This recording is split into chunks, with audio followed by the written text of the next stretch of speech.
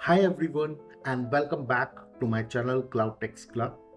In our last lecture, we covered the fundamentals of source code management. We explored how source code management works through centralized version control systems and distributed version control systems. Additionally, we deep dived into some interesting facts about Git, one of the most widely used tools in this domain. Let's jump into the quick demo between Git and GitHub in action, where we'll walk you through the steps and show how Git works locally and how it integrates with the GitHub. So this demo will help you understand how local development connects with remote collaboration. So here are the steps we will be performing in the lab session, which I have already outlined in the presentation. I will share a link to either my blog post or GitHub repository in the description later for your reference. With that, let's jump into the lab. Okay, let's proceed with the installation of Git onto the machine. For this, I'm going to write yum install git -y. There's a way to install it on the Windows as well. We will see that in our upcoming lectures.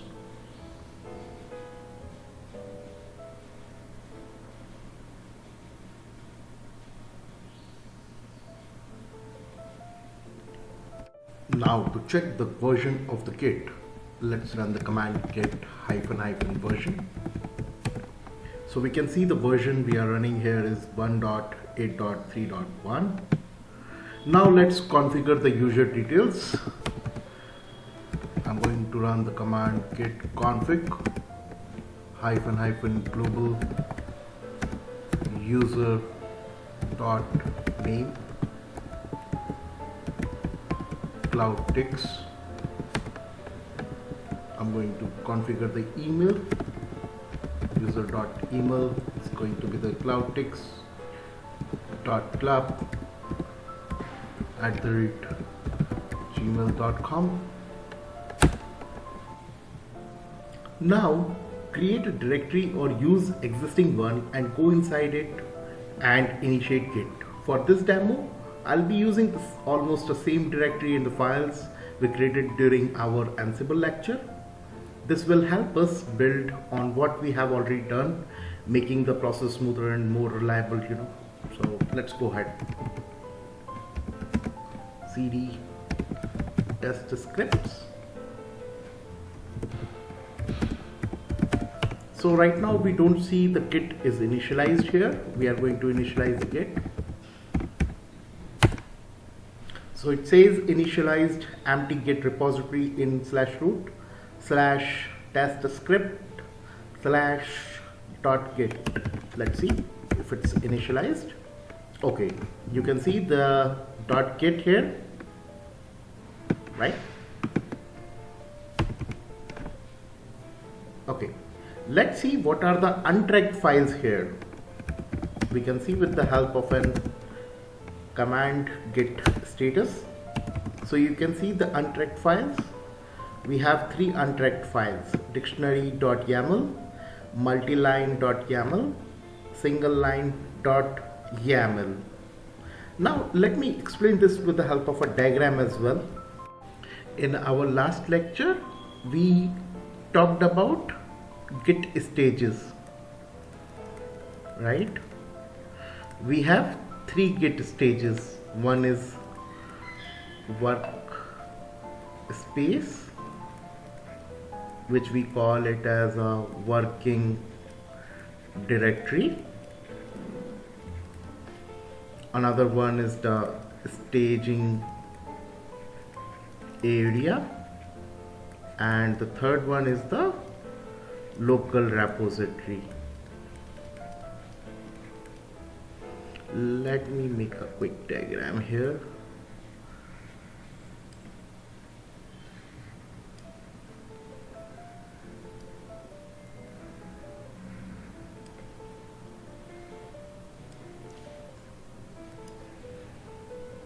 We have 3 partitions.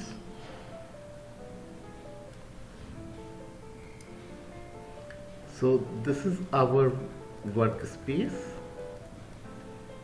This is our staging area, and this is our local repository.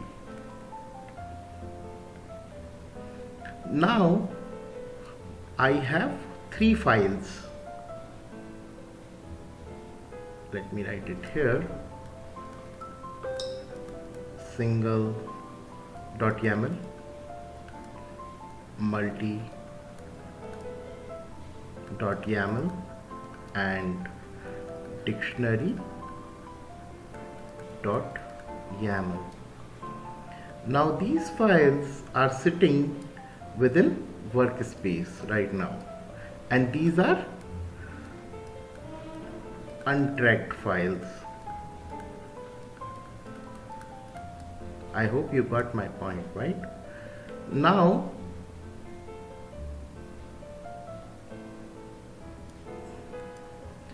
we are going to move these untracked files into the staging area by using the command git add, and from staging area we are going to move them to the local repository using the command called git commit. So let's go back to the lab and execute this. Let's move the files from working directory to staging area. We can write the command git add dot.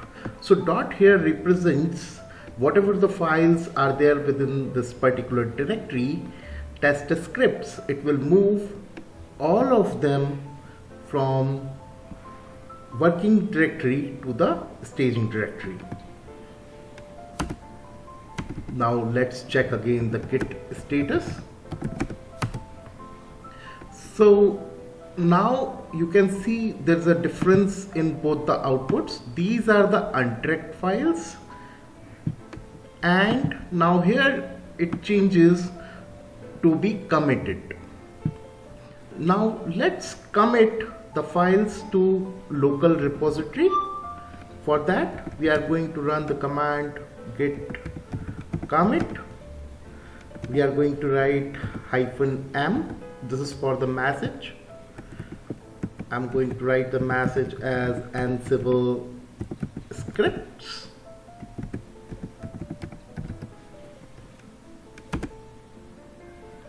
Okay, now it says master root commit.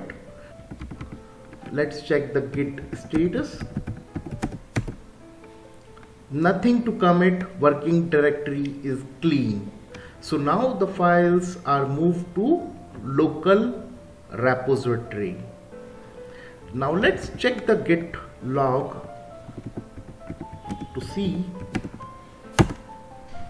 the commit ID.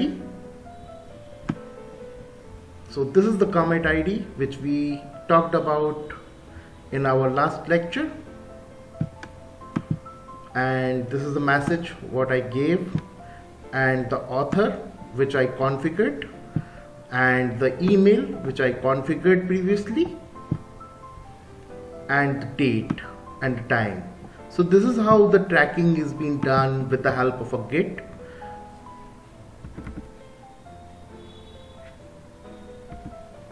Let me show you more information of this commit ID.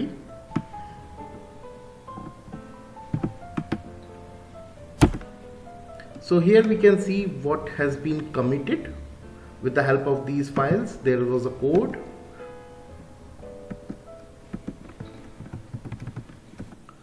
Okay, now let's push the codes to central repository, which is GitHub in this case. I'm going to open my GitHub account and going to create one new repository there.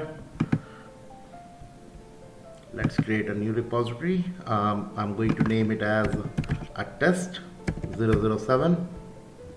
It is available. I'm going to just mark it, leave it as it is. Rest of the things, going to just create the repository here. Okay, so the repository is being created. I'm going to take this output and going to write the command git remote add origin and the link. Okay, now I'm going to push the files. Git push -u origin master. I'm going to commit this or going to push this within my master. It is going to ask my Cloudtechs club 007. That's going to be my username and the password. For password, I'm going to create a quick token key.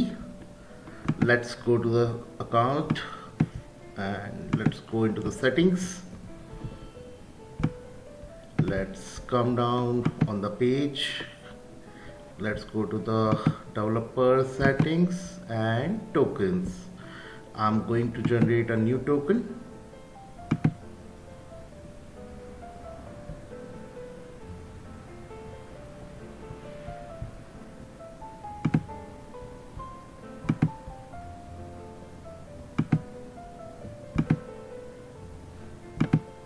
Going to name it as test 007, the same as it is what we did. I'm going to select all of them.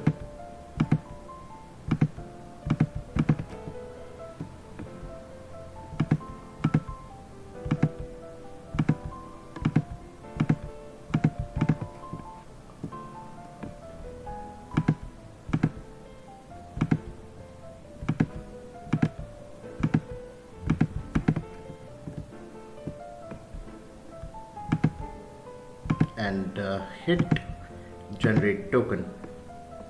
So here's the token ID which got generated. I'm going to give it here. Okay, so the files got pushed to my GitHub account. Let's go ahead and verify. Let's go to the repositories, test 007.